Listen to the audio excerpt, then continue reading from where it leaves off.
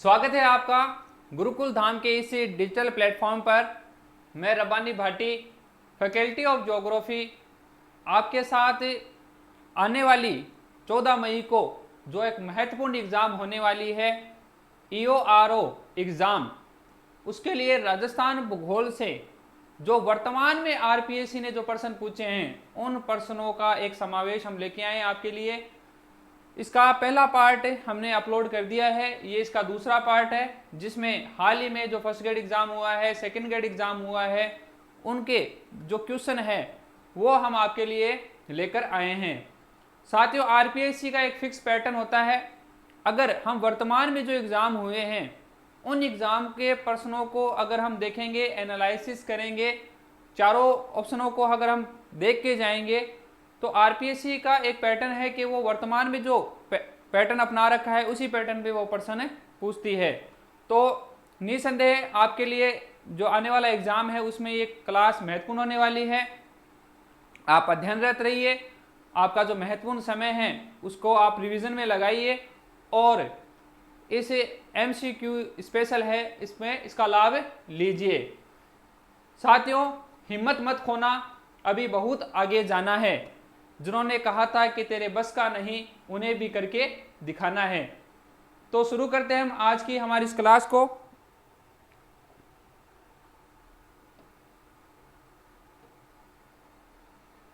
सबसे पहले जो आज का जो हमारा प्रश्न है हमारे सामने, सुमिलित कीजिए। सुमिलित करना है, सुमिलित कीजिए। एक तरफ तो है सिंचाई जल पेयजल परियोजनाएं और दूसरी तरफ है नदी। एक तरफ तो आपको दे रखा है सिंचाई जल परियोजनाएं और दूसरी तरफ दे रखा है नदी।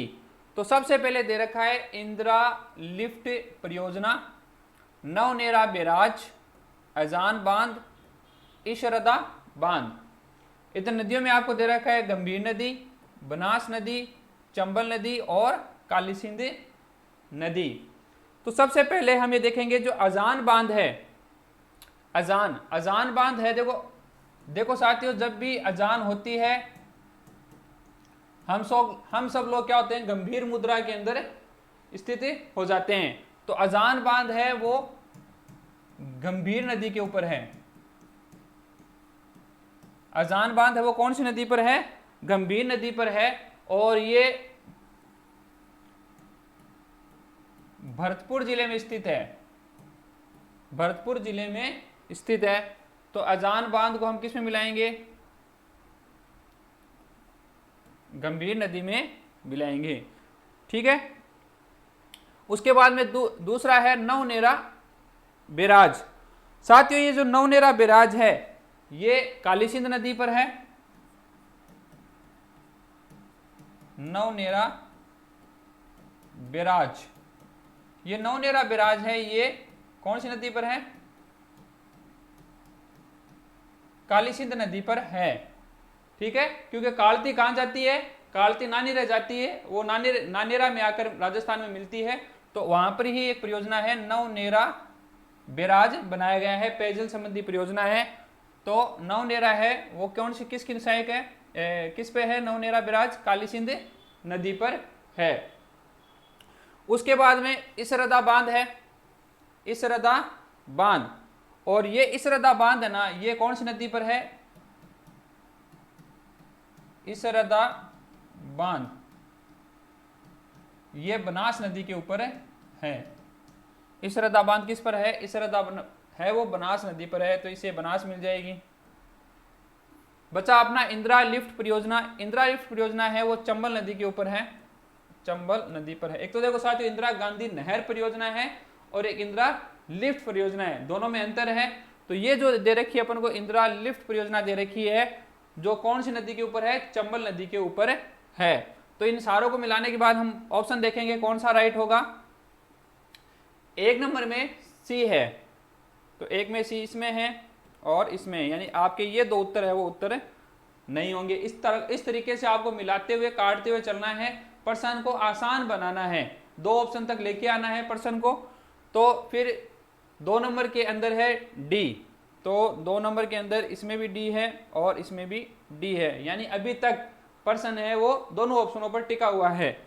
उसके बाद में सी में है, 3 नंबर में है ए, 3 नंबर में क्या है ए, तो 3 नंबर में इसमें ए है, इसमें आ गया बी, तो ये नहीं होगा। और फिर बच गया कौन सा, 4 नंबर, 4 नंबर में क्या है बी है, तो आपका उत्तर कौन सा हो गया साथियों, आपका उत्तर हो गया सी। तो इस प्रश्न का जो उत्तर है वो क्या है, सी सही है। आपको चारों ऑप्शन याद रखने हैं, चारों ऑप्शनों को मिलाना है, मिलाने के बाद में जो सबसे पहले आपको आता है उसको मिलाना है, उसके अकॉर्डिंग फिर आपको ऑप्शन काटने हैं। अगर आपके 2 ऑप्शन कट जाते हैं तो फिर प्रश्न है वो आधा आसान हो जाता है, 50% है वो आप प्रश्न हल कर चुके होते हैं सम्मिलित करने वाले प्रश्न में। अगला जो प्रश्न है वो है निम्नलिखित में से बेमेल कोपेन के जलवायु वर्गीकरण के अनुसार राजस्थान के कौन से जिले में एडब्ल्यू प्रकार की जलवायु में विभाजित होते हैं। देखो राजस्थान के अंदर जो कोपेन का वर्गीकरण है वो अगर अपन देखते हैं तो राजस्थान के अंदर कोपेन का जो वर्गीकरण अगर हम बनाएंगे,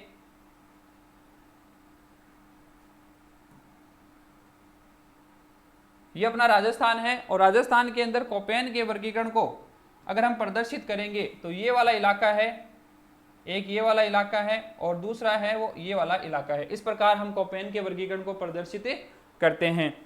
अब ये वाला जो है पश्चिमी वाला, पश्चिमी जो राजस्थान है, इसकी क्लाइमेट कोड क्या है, BWHW है। फिर अर्धशुष्क वाला जो मरुस्थल है इसकी क्लाइमेट कोड क्या है, BSHW है। उसके बाद में अरावली के जो पूर्वी दिशा वाला भाग है, पूर्वी मैदान वाला भाग है, उसका जो क्लाइमेट कोड क्या है, CWG है।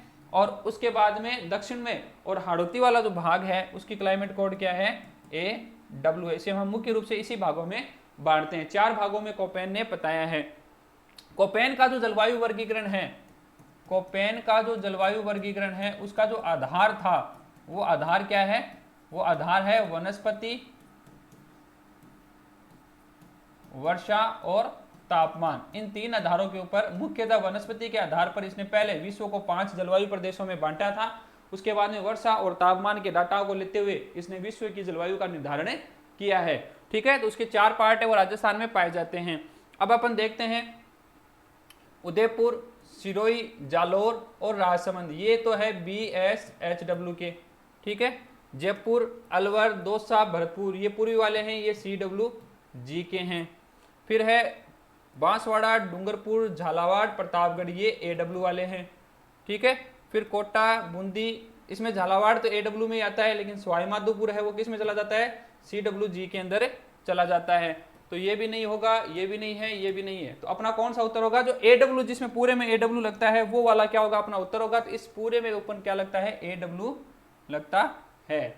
ठीक है साथियों, तो कोपेन के वर्गीकरण को जिले, हम क्या करते हैं कि जिले याद करते हैं, जिलों के से अपन अगर ये जो लाइनें बनाई हुई है इन लाइनों के से भी अगर हमें सारे जिले याद हैं और हम इस मैप को सिर्फ ये लाइनों की सहायता से पढ़ेंगे तब भी हम वहां पेपर में क्वेश्चन है वो निकाल सकते हैं। अगला प्रश्न है राजस्थान में निम्नलिखित में से कौन से जिलों में उष्णकटिबंधीय, राजस्थान में उष्णकटिबंधीय शुष्क पतझड़ी वन, उष्णकटिबंधीय शुष्क पतझड़ी वन पाए जाते हैं। तो कौन कौन से जिले हैं जिनमें राजस्थान के अंदर शुष्क पतझड़ी वन है वो पाए जाते हैं। ठीक है साथियों, तो ऑप्शन है आपके पास जैसलमेर, बाड़मेर, पाली, उदयपुर, बांसवाड़ा, कोटा, बीकानेर, नागौर, चूरू, सीकर, झुंझुनू, जालोर। यानी ए ऑप्शन में है जैसलमेर, बाड़मेर, पाली, बी ऑप्शन में है उदयपुर, बांसवाड़ा, कोटा, सी ऑप्शन में है बीकानेर, नागौर, चूरू और डी ऑप्शन में है सीकर, झुंझुनू और जालोर। देखो साथियों, राजस्थान की जो भौगोलिक वनस्पति है, भौगोलिक जो वनस्पति है वहां से ये प्रश्न आया है। हरिमोहन सक्सेना सर की जो किताब है उसमें दे रखा है राजस्थान की जो भौगोलिक वनस्पति है उसको 3 भागों में बांटा गया है। कितने भागों में बांटा गया है 3 भागों में बांटा गया है। उसके बाद में जो हम 7 भागों में जो वनस्पति प्रदेश पढ़ते हैं वो VN मिश्रा सर ने बांटे हैं। ठीक है, तो ये हरिमोहन सक्सेना सर की बुक में दे रखे हैं कि भौगोलिक वनस्पति के आधार पर राजस्थान के अंदर 3 प्रकार की क्या पाई जाती है, वनस्पति है वो पाई जाती है। एक तो है, पहली है उष्णकटिबंधीय,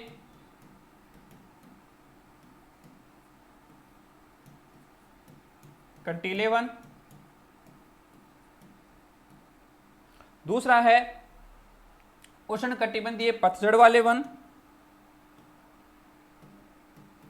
उष्ण कटिबंधीय पतझड़ वाले वन।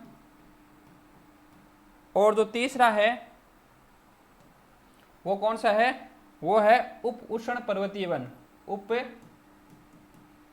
उष्ण पर्वतीय वन। तो साथियों ये जो उप उष्ण पर्वतीय वन है ये केवल एक ही जगह पर मिलते हैं, वो मिलते हैं आबू पर, आबू में मिलते हैं, यानी ये सिरोही जिले के अंदर पाए जाते हैं।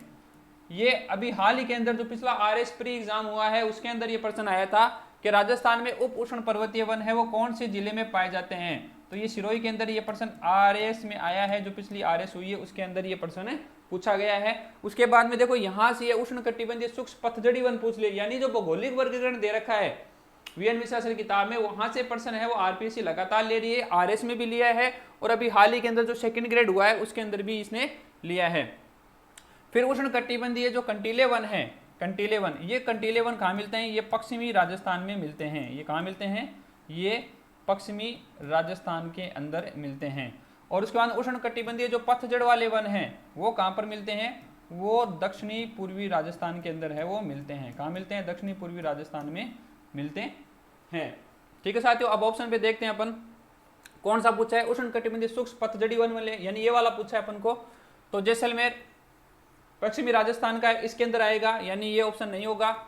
उसके बाद में उदयपुर, बांसवाड़ा, कोटा, बीकानेर पश्चिमी राजस्थान के अंदर आता है, ये भी इसके अंदर आएगा कंटीले वाले के अंदर।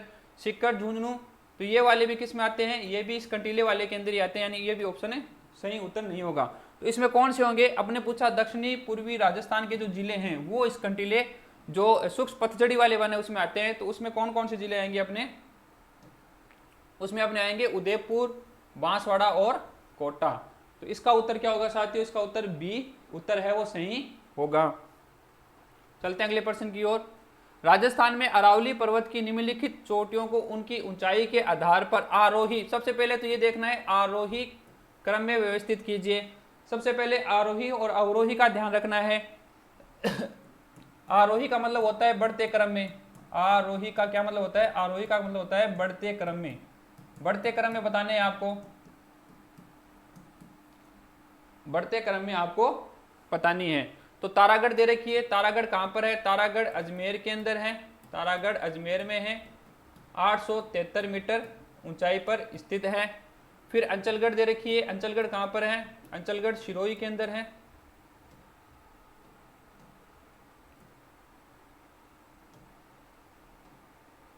अंचलगढ़ कहां दे रखी है, अंचलगढ़ है वो सिरोही में है और इसकी जो ऊंचाई है वो कितनी है, 1380 मीटर है, 1380 मीटर है। उसके बाद में दे रहा है कि कमलनाथ, तो कमलनाथ कहाँ है साथियों, कमलनाथ उदयपुर के अंदर है, कमलनाथ उदयपुर के अंदर है और इसकी जो हाइट है वो 1001 मीटर है। उसके बाद में रघुनाथगढ़, रघुनाथगढ़ अपन जानते ही हैं, रघुनाथगढ़ कहाँ पर है, रघुनाथगढ़ सीकर में है, ये मध्य अरावली की सबसे ऊंची चोटी है। रघुनाथगढ़ कहाँ पर है, सीकर में है और इसकी जो हाइट है वो कितनी है, 1055 मीटर है। तो ये हमने चारों को देख लिए कि अजमेर के अंदर, तारागढ़ में अजमेर है 873 मीटर है। उसके बाद में सिरोही अंचलगढ़ है वो सिरोही में है 1380 मीटर है। उसके बाद में कमलनाथ है वो उदयपुर में 1001 मीटर है और रघुनाथगढ़ कहाँ पर है, सीकर के अंदर है, वो 1055 मीटर की ऊंचाई है वो रखते हैं। अब अपने कौन से क्रम में जचाना है, अपन को इनको आरोही क्रम में जचाना है। तो सबसे पहले कौन सी आएगी, तारागढ़ आएगी, यानी 1 नंबर सबसे पहले आएगी क्योंकि सबसे कम हाइट यही रखती है, 873 मीटर ही रखती है। उसके बाद में 1001 मीटर की कमलनाथ है तो 3 आ जाएगा, 3। उसके बाद में 1055 की रघुनाथगढ़ है तो 4 आ जाएगा और उसके बाद में 1380 की अंचलगढ़ है, सबसे बड़ी यही इन 4 में, तो 2 आ जाएगा। यानी उत्तर का क्रम क्या बनेगा, 1, 3, 4 और 2 वाला जो उत्तर होगा वो सही होगा। तो ये रहा 1, 3, 4 और 2, ये आपका क्या हो जाएगा, राइट उत्तर हो जाएगा साथियों। ठीक है साथियों, बढ़ते हैं अगले प्रश्न की तरफ। राजस्थान के किस जिले में कर्क रेखा गुजरती है? एकदम सिंपल सा प्रश्न है, राजस्थान के किन जिलों से कर्क रेखा है वो गुजरती है? तो राजस्थान का जो दक्षिणी पार्ट है, दक्षिण वाला हिस्सा है, यहां से कर्क रेखा है वो गुजरती है 23.5 डिग्री नॉर्थ। जो रेखा होती है उसे अपन कर्क रेखा बोलते हैं। ठीक है, इसकी राजस्थान में हाइट है वो कितनी है, लंबाई है वो कितनी है, 26 किलोमीटर है। किसी किसी बुक में 85 किलोमीटर भी आती है, लेकिन ज़्यादातर 26 किलोमीटर ही मानते हैं। 2 जिले इसके अंदर आते हैं, एक बांसवाड़ा और एक डूंगरपुर। एक तो आता है बांसवाड़ा और दूसरा कौन सा आता है, डूंगरपुर। ये 2 जिले हैं, यहाँ से ये गुजरती है। तो देखते हैं, 12 नहीं है, बांसवाड़ा से गुजरती है, धौलपुर से नहीं गुजरती, उदयपुर से नहीं गुजरती है, कहाँ से गुजरती है, बांसवाड़ा से गुजरती है। तो ये आपको उत्तर क्या हो जाएगा, बांसवाड़ा हो जाएगा। एकदम सिंपल सा क्वेश्चन था ये। मेजा बांध किस नदी पर स्थित है? मेजा बांध किस नदी पर स्थित है? देखो साथियों, एक बार फिर से बांध का प्रश्न आ गया है। बांध का जो प्रश्न है वो लगभग एग्जाम में आ रहा है, जनगणना से क्वेश्चन आ रहे हैं, ठीक है ना, चोटियां जो क्रम से जचानी होती है वहां से प्रश्न आ रहे हैं, और कोपेन का जो जलवायु वर्गीकरण है वहां से प्रश्न आ रहे हैं। तो ज्योग्राफी के अंदर फिक्स जगह होती है जहां से एग्जामिनर प्रश्न उठा रहा है, लगातार बांध में से उठा रहा है, जनगणना में से प्रश्न ले रहा है, वो कोपेन के जलवायु वर्गीकरण में से ले रहा है, जो वनों का जो भौगोलिक वर्गीकरण है उसमें से वो क्वेश्चन है वो ले रहा है। तो आप जो मेन पार्ट है कृषि जलवायु प्रदेश है उनको आप आराम से करके जाइए, तो आपके ज्योग्राफी के प्रश्न है वो गलत नहीं होंगे। देखो साथियों, बांध पूछा है, मेजा बांध किस नदी पर स्थित है? तो साथियों, मजे कौन करता है आजकल? मजे वही करता है जिनके कोठी होती है। वो सामान्य जो घर होता है वो तो मजे कर ही नहीं सकता, तो जिनके कोठी होती है वो मजे करता है। तो कौन सी नदी है? कोठारी नदी है। मेजा बांध किस नदी के ऊपर है? मेजा बांध कोठारी नदी पर है। और कौन से स्थान पर है? ये मांडलगढ़ भीलवाड़ा के अंदर है।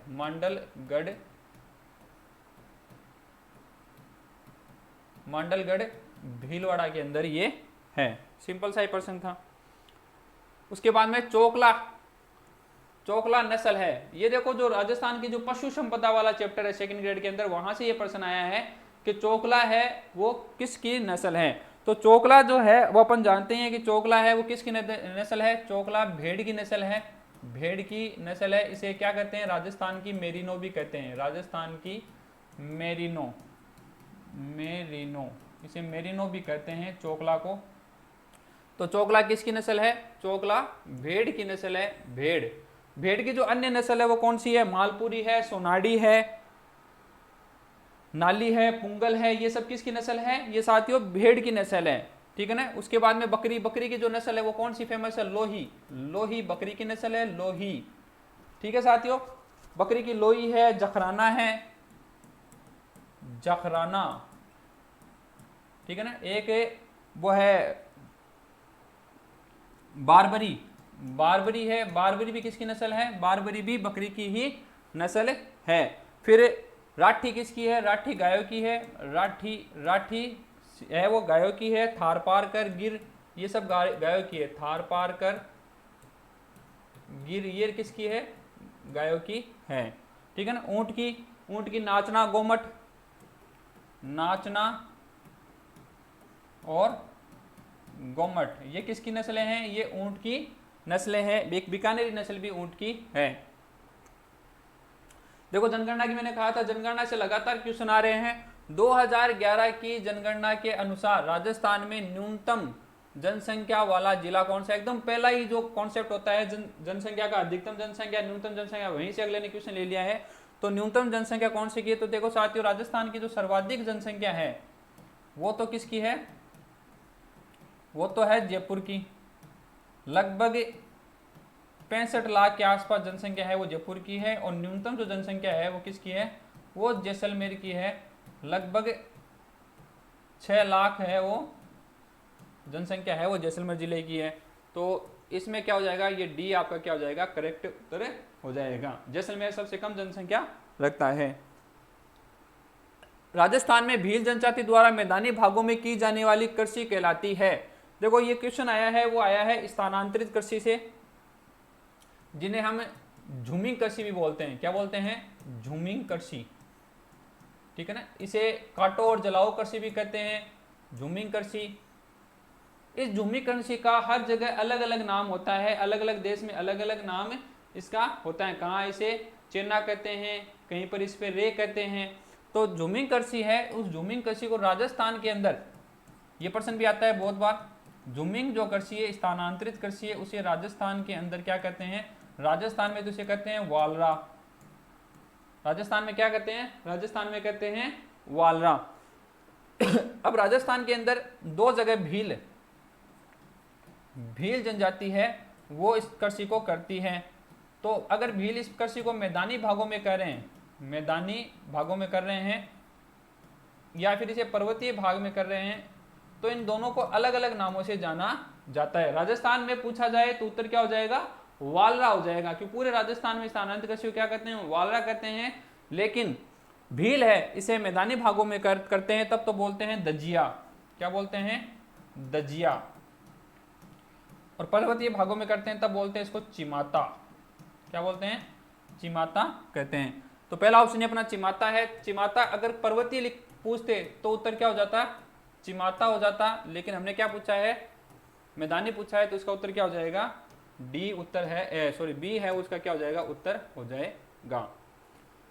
फिर अगले प्रश्न पे देखते हैं, निम्न में से कौन सा कथन 2011 की जनगणना के अनुसार सही नहीं है। नहीं है पूछना है, ये भी ध्यान रखना है अपन को, आरोही अवरोही नहीं है, इसका अपन को विशेष रूप से ध्यान रखना है। तो नहीं है पूछा है, सबसे पहले ये ध्यान रखना है क्या पूछा है, नहीं है।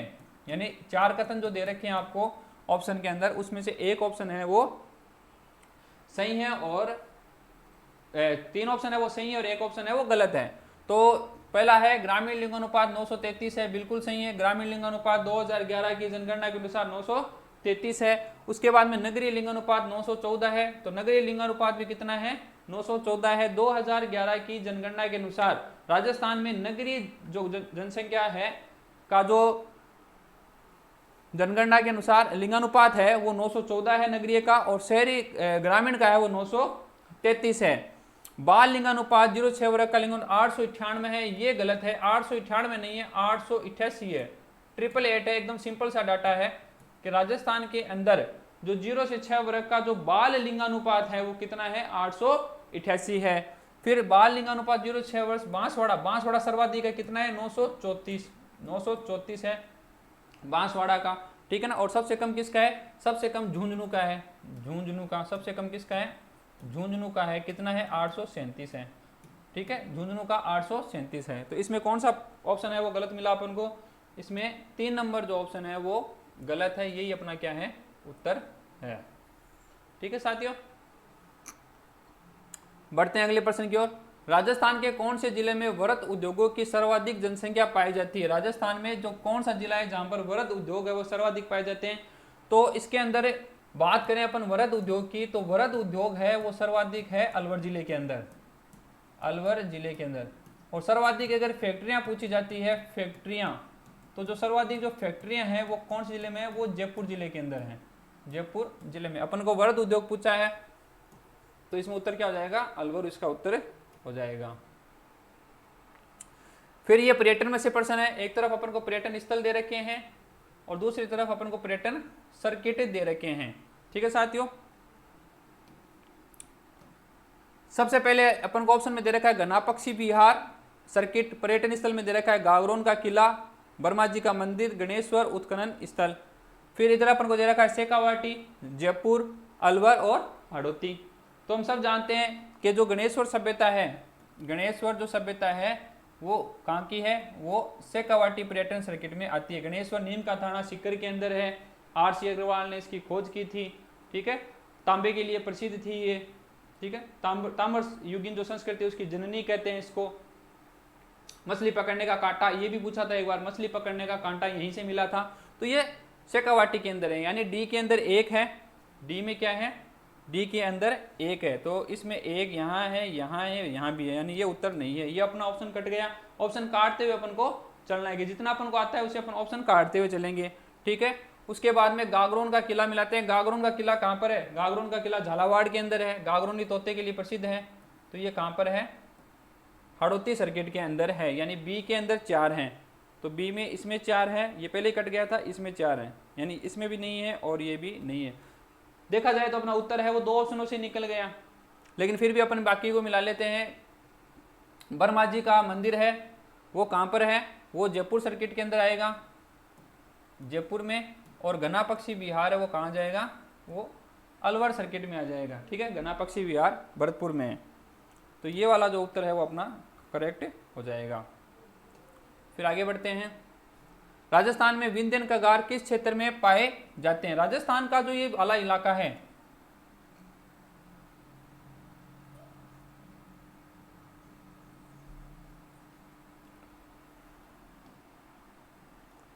राजस्थान का ये वाला जो इलाका है, ये वाला, इस वाले इलाके में अपन को एक कगार नुमी संरचना दिखाई देती है। कगार नुमी संरचना दिखाई देती है, जिसे अपन विंध्यन कगार है वो बोलते हैं। यानी एक अपन को कगार नुमी संरचना दिखाई देती है जिसे अपन क्या बोलते हैं, विंध्यन कगार है वो बोलते हैं।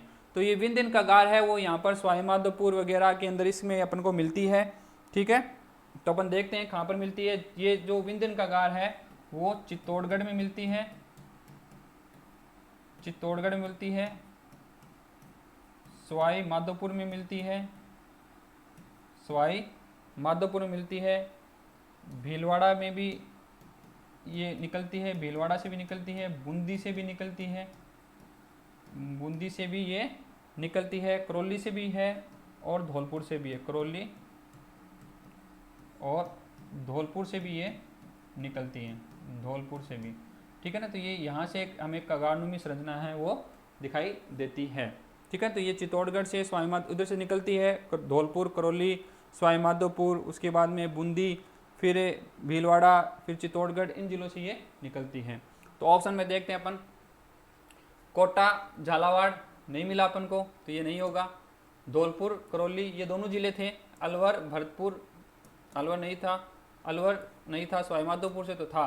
तो कौन से 2 जिले हैं जिसमें से निकलती है, तो ये निकलती है धौलपुर और करौली वाले क्षेत्र से निकलती है। तो इसका उत्तर क्या हो जाएगा, बी। बी है वो उत्तर सही हो जाएगा इसका। फिर अगला प्रश्न अपन को, कोपेन के अनुसार राजस्थान में निम्नलिखित में से कौन सी जलवायु प्रकार नहीं पाया जाता है। तो कोपेन का देखना अपन को, कोपेन के वर्गीकरण को हमने पहले भी देखा था। तो कोपेन के वर्गीकरण को हमने पहले भी हमने पीछे जो क्वेश्चन आया था उसमें भी हमने राजस्थान के जो मैप है उसको बनाकर हमने इसको हल किया था।